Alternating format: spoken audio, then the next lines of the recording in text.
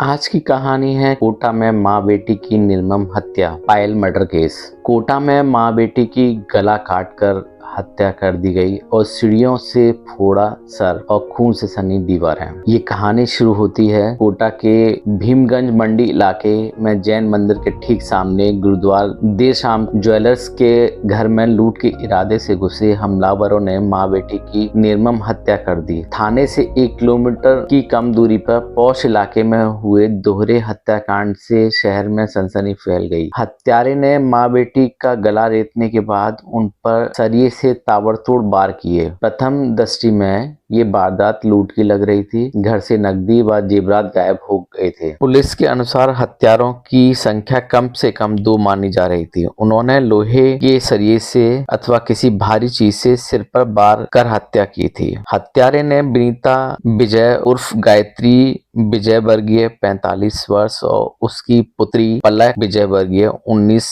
वर्ष की हत्या करने से पहले सीसीटीवी का तार काट दिया तथा वारदात के बाद डीवीआर ले गए।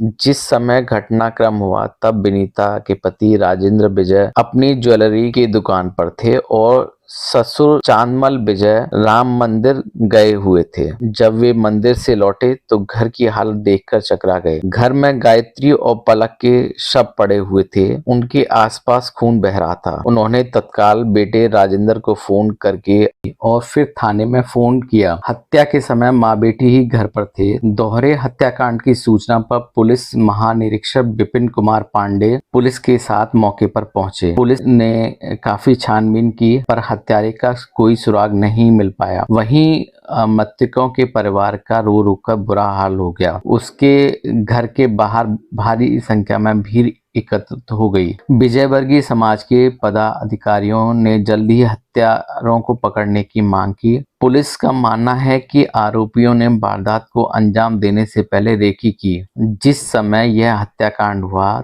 तब घर पर माँ बेटी ही थी। राजेंद्र के पिता चांदमल विजय मंदिर गए हुए थे। वे रोज इसी समय मंदिर जाते हैं और विनीता के पति दुकान पर रहते हैं। ऐसे में अपराधियों को पहले ही पता था कि घर पर माँ बेटी के अलावा कोई नहीं है। प्रथम दृष्टि में यह लूटपाट का मामला लग रहा है। पुलिस अभी सारे पहलुओं की जांच कर रही है। जल्द ही मामले का खुलासा करेगी। कोटा पुलिस को शहर में 3 दिन पहले हुए माँ बेटी के डबल मर्डर केस में सफलता मिल गई है। भीमगंज मंडी थाना इलाके में माँ बेटी की हत्या कर लूटपाट करने वाला कोई और नहीं बल्कि उनका पुराना नौकर ही था। उसने ही अपने साथी के साथ मिलकर इस निर्मम हत्याकांड को अंजाम दिया था। पुलिस ने आरोपी नौकर और उसके साथी को गिरफ्तार कर लिया है। कोटा पुलिस ने के लिए चुनौती बने इस केस के खुलासे के बाद आईजी विपिन कुमार पांडे ने सोमवार को मीडिया को पूरी वारदात की जानकारी दी। पांडे ने बताया कि 31 जनवरी